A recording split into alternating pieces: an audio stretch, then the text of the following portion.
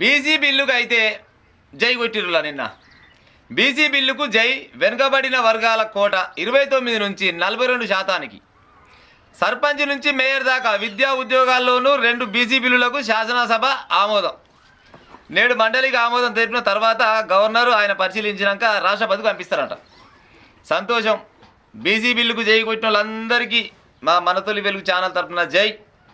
అన్ని పార్టీలు కావచ్చు, ఎవరెవరైతే మద్దతు పలికిరో వాళ్ళందరికీ జై. కానీ ఇంట్లో చెప్పుకోవాల్సిన విషయం ఏంటంటే 90-95% ఉన్న ఎస్సీ ఎస్టీ బీసీలకు ఆడ వర్గీకరణ పైన బిల్లు ఆమోదిస్తుంటే ఇంట్లో వండుకున్న కేసీఆర్ని ఏమనాలో చెప్పురు. ఇక కేసీఆర్ రాడు, కేటీఆర్ రాడు, ఎక్కడ పోయినట్టు మరి వీళ్ళు? మరి నిన్న బీసీల మీద లేసలేసా ప్రేమలకు పోస్తారు కదా. కవితమ్మ చెప్తుంది, బీసీలకు మస్తు అన్యాయం జరిగిపోయింది, బీసీలు మొత్తం ధర్నా చేయాలి, రావాలి, రోడెక్కాలని చెప్పింది. ఓ కవితక్క, బీసీలు ధర్నా చేసి రోడెక్కే ఛాన్స్ పోయింది, కానీ వస్తే గిస్తే ఏడికి రావాలంటే వాళ్ళు మీ ఫామ్ హౌస్ పోవాలి. నీ ఫామ్ హౌస్, నీ బావ ఫామ్ హౌస్, మీ అన్నదానికి మీ అయ్యద ఫామ్ హౌస్ ఉన్నాయిగా, గాడికి పోయి పొరకలు చేతులు పట్టుకొని ధర్నా చేయాలి. ఒకవేళ చేయవలసి వస్తే. ఎందుకంటే 29-30% ఉన్న రిజర్వేషన్ని 16, 17, 18% పట్టుకొచ్చిన దరిద్రులు అలాంటి రాష్ట్రంలో బీఆర్ఎస్ పార్టీ అందరికీ ఇరుకున ముచ్చటే. మళ్ళీ మీరు ప్రత్యేకంగా బీసీల గురించి మాట్లాడతారు. మరి ఆ బీసీలకు నిన్న న్యాయం జరుగుతందుకు, న్యాయం చేస్తేందుకు అంత పెద్ద మనుషులంతా అన్ని పార్టీలు కలిసి ఒక తీర్పు ఇచ్చిరు. బీసీ బిల్లుకు ఒకే చెప్పారు, ఏకగ్రీవంగా ఎన్నుకోరు, ఏకగ్రీవంగా దానికి సంతకాలు పెట్టేసి అయిపోయింది. మరి మీ అయ్య ఉండవలసిన పని లేదా? రాష్ట్రం ఏమంటారు 10 సంవత్సరాలు ముఖ్యమంత్రి వెళ్ళి మీ అయ్యా కనీసం బీసీ బిల్లు ఒకే వేస్తుంటే ఏడవైనాడు. మరి అంటే ఒక వర్గం వాళ్ళు ఓట్లు వేస్తేనే గెలిచిరా మీ బీఆర్ఎస్ పార్టీ వాళ్ళు? అప్పట్లో నువ్వు కానీ, మీ అయ్య కానీ, మీ అన్న కానీ, మీ బావ కానీ, లేకపోతే నీ బలగం వాళ్ళంతా ఎస్సీ ఎస్టీ బీసీలు ఓట్లు వేయలేదా? మరి రేపన్నాడు మళ్ళీ వాళ్ళని అడగల ఓట్లు, ఇక వాళ్ళ ఓట్లు ఎక్కర్లేవా?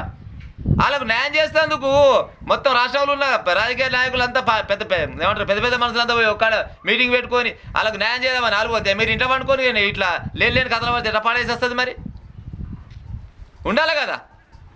రేపన్నాడు చెప్పుకుంటుంది కదా, బీసీలు మీకు రిజర్వేషన్ కల్పించినట్టు నేను కూడా సంతకం పెట్టినా అని చెప్తాను, ముఖం ఉంటుంది. మరి ఆ ముఖం ఎడబెట్టుకురు, మరి ఎక్కడ పోయిరు? 90-95% ఉన్న ఎస్సీ ఎస్టీ బీసీలకు సంబంధించిన బిల్లు అసలు ఎన్నో ఏళ్ళ నుంచి కొట్లాడుతుంటే అది నిన్న ఓకే అయితే దానికి కనీసం ఆధార్ గారా మీరు? ఇది మీ రాజకీయం. మళ్ళీ పైన మాట్లాడతారు లేని ప్రేమలు సమితి ప్రేమలకు వస్తారు, బీసీలు అందరూ ఏకం కావాలి. బీసీలు అందరూ ఏకం అయితే ఫస్ట్ ముందుగా మీకలు ఒకసారి బీసీల రిజర్వేషన్ కాల రాసింది వాళ్ళు, నువ్వు మీ అయ్యా మీ ఇంటి వాళ్ళు కాదు. మరి ఎక్కడ పోయినట్టు? ఊరికనే ఇంట్లో వండుకొని 50 లక్షల రూపాయల జీతం ఎత్తుకపోయినట్టు అనుకుంటారా? మరి ఇలా ఎస్సీ వర్గీకరణ ఉంది, ఇవాళ ఉందో రేపు ఉందో, మరి అది కూడా చేస్తారు. మరి దానికన్నా వస్తారా? నేనే డుమ్మ కొడుతుంది అంత పెద్ద బీసీలకు సంబంధించి రాకపోయింది, ఇలా ఎస్సీ ఎస్టీలకు వస్తారంటే మీరు మిమ్మల్ని నమ్ముతారు రోడన్నా? అసలు మీకు తింటేట పేయబడుతుంది మాకైతే అర్థమవుతుంది.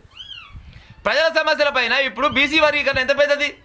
మన ఒక రాష్ట్రమే కదా, దాదాపుగా దేశం మొత్తం చర్చించే విషయం. గిసోటి దానికి మీరు ఇట్లా అనుకుంటే పాడేసేస్తారు. ఎస్సీ ఇప్పుడు ఎంఆర్పిఎస్ వాళ్ళు నిన్నమన్న ధర చేస్తే ఏది లొల్లి పెట్టంగా ఏబీసీ వర్గీకరణ ఓకే అన్నారు, దాన్ని కూడా వేయాలి, ఓకే చేస్తామని అన్నారు. మరి ఏది మాదిగ ఉపకులాలు చాలా ఉన్నాయట, మరి ఇలా ఓట్లు మీరు అడగరు, వీళ్ళతోటి మీకు అక్కర్లేదు. మళ్ళీ వీళ్ళ గురించి మళ్ళీ మాట్లాడతారు. ఏమన్నా అంటే మా అయ్య అదేంది ఎన్టీ రామారావు ఇద్దరు కలిస్తే ఇద్దరు ఒకటే కానీ మిగతా వాళ్ళకి ఎవ్వరు మొక్క వీళ్ళ లేరు అని మాట్లాడుతూ ఒకసారి కవిత. ఇక ఈ తారక రాముడు అంటాడు, అమ్మ ఈ రేవంత్ రెడ్డికి ఏం పరిపాలన చేస్తుందా చేరాదనే తర్వాత దేవుడు నాయన ఇంకా 5 ఏళ్ళ నాడు రాముడు వాళ్ళు రాకాశుడు వాళ్ళు అప్పటిదాకా వైపుగా పట్టాలి. ఇటువంటి ప్రజా సమస్యల పైన కొట్లాడితే మళ్ళీ జనాలు ఏమంటారు ఆశీర్వదించే టైం వస్తుందేమో. మీరు ఇండ్లలో వండుకొని నువ్వు ఉండవు, మీ అయ్య ఉండదు, ఎక్కడ పోయినట్టు మరి? అంటే బీసీలు అంటే ప్రేమ లేదు, కానీ ఏమైనా కానీ అవతలపై ఏది ఏమంటారు ప్రభుత్వం పైన ఊరికనే లేని గుండాలు ఎత్తేయాలి, సపడే గిట్ల వండాలి, ఇక ఆలాలే కొట్టుకుంటారు. ఇదే కదా బీసీల మీద ప్రేమ బిల్కుల్ లేదు మీకు, ఇదైతే పక్క. ఎందుకంటే అంత పెద్ద బీసీ బిల్లుకు నిన్న అందరు పోతే మీరు ఇంట్లో వండుకొని ఫామ్ హౌస్లో ఉండి ఎత్తిపోతల పథకం పెట్టుకుంటే మరి ఎట్ట పాడేసేస్తారు? చెప్పాలి కదా. అంటే ఇక రేపు నాడు అడగరా అన్నట్టు. నిజంగా మీరు అడిగినా కానీ బీసీలు అంటే నిజంగా ఆలోచిస్తే మరి మా అందరికీ వర్గీకరణ ఏది మన బీసీ బిల్లు చేసేనాడు ఏడవైన రాని రేపు నాడు పొరకలు చేతులు పట్టుకుంటే ఏ సందర్భం రుక్కుతారు? మరి వాస్తవే కదా. ఇప్పుడు మా ఛానల్లో ఏమన్నా మీ ఏమంటారు మీ కేసీఆర్ కానీ కేటీఆర్ కానీ మీకు ఏమన్నా మీ వ్యతిరేకం కాదు. ఎందుకంటే మీరు చేసే పని మేము చెప్తున్నాం. నిన్న ఏడికి పోయిరు మరి రేపు 10వ తారీఖు నాడు అదేది బడ్జెట్ సమావేశాలు ఉన్నాయంట మరి అది ప్రజల ముచ్చట మరి ఆయనలో వస్తారా ఆయన కూడా ఇది వెళ్ళిపోతాడా అన్నీ అయిపోయినాక నేనుంటే ఏం పీకునే మీకు నీ పాడైపోయిన మీకు వికరాలు అని అనొచ్చు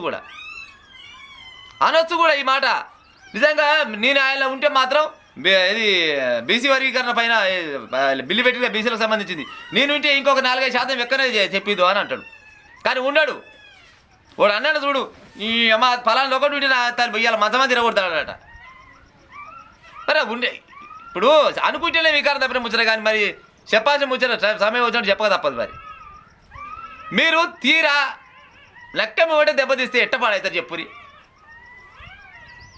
ఈ రాష్ట్రం మొత్తంలో అత్యధికంగా ఉన్న బీసీలకు సంబంధించిన బిల్లుని ఏర్పాటు చేసి ఆమోదిస్తుంటే మీరు ఇళ్లలో వండుకొని బీసీల మీద లేని ప్రేమలు ఉడకపోతే ఎట్ట ఓటు నమ్ముతారు చెప్పురి మీరు నిజంగా కూడా శివునెత్తురు ఇటే ఏ ఒక్క బీసీని కూడా ఓట్లాడుకుని మీరు ఏ వర్గం ఉన్నారో ఆ వర్గం కాడికి పోయి ఓట్లాడుకుంటే కనీసం వార్డ్ నెంబర్ కూడా అంతమంది ఇక్కడ పాడవుతారు మీరు కానీ ఏది కానీ ఇక గోవిందమంగళం ఇంకేం లేదు ఉత్తనే మాటలు చెప్పడం కాదు కేసీఆర్ గారు మీరు సభలకు రావాలి సభలకు వచ్చి జరిగే విషయాలు చూసుకోవాలి ఏం జరుగుతుంది ఏం కథ బీసీలకు అన్యాయం అయిందా ఎస్సీలకు అన్యాయం అయిందా ఎస్టీలకు అయిందా ఓసీలకు అయిందా అది మాట్లాడాలి కానీ ఇంట్లో వండుకొని నేను లేని కథలు పడతాయంటే మాత్రం ఓటు మెచ్చకాలం లేదు ఓటు నచ్చకాలం లేదు నిజంగా కూడా గంత పెద్ద బిల్లు పెడితే ఎన్నో ఏళ్ళ నుంచి బీసీలకు మేమెంతో మాకు వాటా అంతా కావాలి రాజ్యాంగబద్ధంగా కావాలని 4 కొట్లాడితే అది ఎటకేలకు నేను ఓకే అయితే తీరండి వాడికి రావైతివి ఇంతకంటే సిగ్గుదప్పిన ముచ్చట ఇంకేది ఉండదు ఇక ఉంటుందా ప్రజలారా మీరే చెప్పురి మీ మనోభావాలు దెబ్బతింటే నేనైతే ఏం చేయలేను నిన్న మాత్రం